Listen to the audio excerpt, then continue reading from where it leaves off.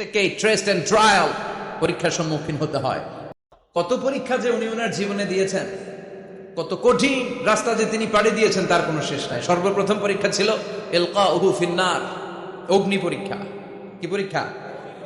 নমরুদ বলল, ইব্রাহিম ঈমান ছেড়ে দাও, তাহলে জানে বেঁচে যাবা, নাইলে আগুনে ফেলবে। সাইয়েদনা ইব্রাহিমের এক কথা, জীবন যাবে কিন্তু ঈমান যাবে। ঈমানের পথে অবিচল থেকে আমার মরণ যেন হয়, তোমারই কাছে মিনতি আমার, তোমারই কাছে মিনতি আমার। মহামহিম দয়াময়, ঈমানের পথে অবিচল থেকে আমার মরণ যেন হয়। পড়ে না আর জোরে পড়েন আমিন। নমরুদ বলে, ঈমান ছেড়ে দাও, তা না হলে আগুনে ফেলবো। সাইয়েদনা ইব্রাহিম বলে, জীবন যাবে কিন্তু ঈমান যাবে। তার মানে আগুনের পরীক্ষায় পাস। চিল্লায় বলেন, আগুনের পরীক্ষায়। পরীক্ষা নাম্বার 2, একটার পর একটা পরীক্ষা নিতে আল্লাহ শুরু করলেন। আল্লাহ বললেন, ইব্রাহিম যাও, কলিজার টুকরা সন্তানকে আর হাজারকে, আমরা ওনারা ডাকি বিবি হাজরা, আমরা কি ডাকি বাংলাদেশে, আসলে নাম কি হাজার, যাও তোমার স্ত্রী হাজারকে আর ইব্রাহিমকে মক্কার ধুধু প্রান্তরে ফেলে দিয়ে আসো। ওখানে মানুষ নাই, প্রাণী নাই, জনমানব শূন্য, দেখি আমার কতদূর ভালোবাসো। বলতে দেরি, টু শব্দ না, মরুভূমিতে ফেলে দিয়ে আসতে। তার মানে পরীক্ষা নাম্বার 2তেও, কথা বলেন, 2তেও। পরীক্ষা নাম্বার 3, আল্লাহ বললেন, ইব্রাহিম দেখি তোমার হৃদয়ে আমার জায়গা কতটুকু, যাও কলিজার টুকরা সন্তান ইসমাইলের গলার মধ্যে তলোয়ার লাগাও। সাইয়েদনা ইব্রাহিম বিয়ে করার পর থেকে আল্লাহর কাছে চাইতে চাইতে শেষ, মাগা সন্তান হয় না। ওনার প্রথম সন্তানটা হয়েছিল সাইয়েদনা ইসমাইল যখন জন্মগ্রহণ করেছে, ইব্রাহিমের বয়স ছিল 86 বছর। সুবহানাল্লাহ কইতে মনে চায় না? এই এলাকায় আসেনি 86 বছর বয়সে সন্তান হয়েছে? হ্যাঁ, এরকম শক্তিশালী পুরুষ কেউ আছে? 86 বছর বয়সে তো হাঁটতেই পারে না। কথা কর।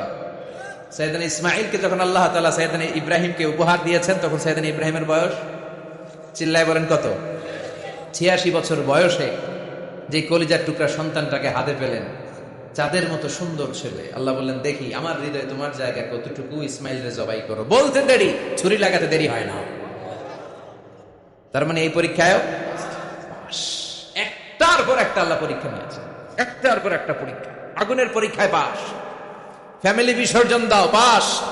কলিজা টুকরা সন্তানের গলায় ঝড়ি লাগাও, পাস। এবার আল্লাহ বললেন, এরপর তোমার বড় দায়িত্ব দিব, তোমাকে হজ প্রোগ্রামের এমডি বানাই দিলাম, ম্যানেজিং ডাইরেক্টর অফ হজ। সুবহানাল্লাহ কইবেন না? আল্লাহ বললেন, ইব্রাহিম বিশাল বড় কাফেলা বানাও, হজের আঞ্জাম দাও।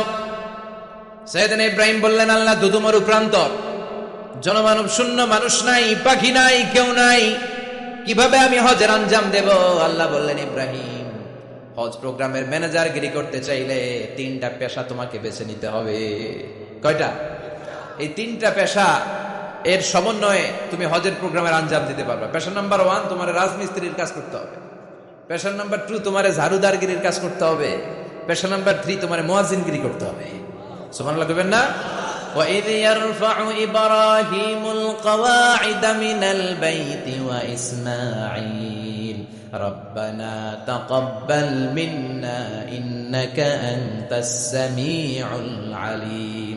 সাইয়েদনা ইব্রাহিম আর কলিজার টুকরা সন্তান ইসমাইলকে নিয়ে রাজমিস্ত্রির কাজ শুরু করে দিলেন। আল্লাহু আকবার। কাবা ঘর ভেঙে চুরমার, বাপ বেটা মিলে রাজমিস্ত্রির কাজ, পাথর কেটে কেটে বাপ বেটা মিলে কাবা ঘর বানানো হয়। পেশা নাম্বার 1 শেষ। পেশা নাম্বার 2, ঝাড়ুদারগিরি। পেশা নাম্বার 2 কি?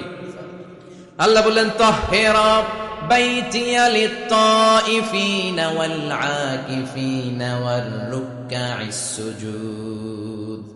মসজিদেরি ঝাড়ু বারদার হোক আমারে হাত, শোনো আমারে মুনাজাত, শোনো শোনো ইয়া ইলাহি আমারে মুনাজাত, শোনো আমারে মুনাজাত। পড়েন আমিন।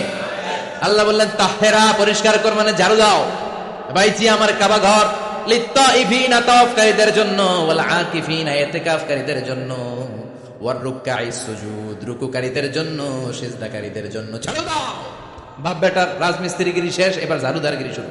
সুবহানাল্লাহ বলেন।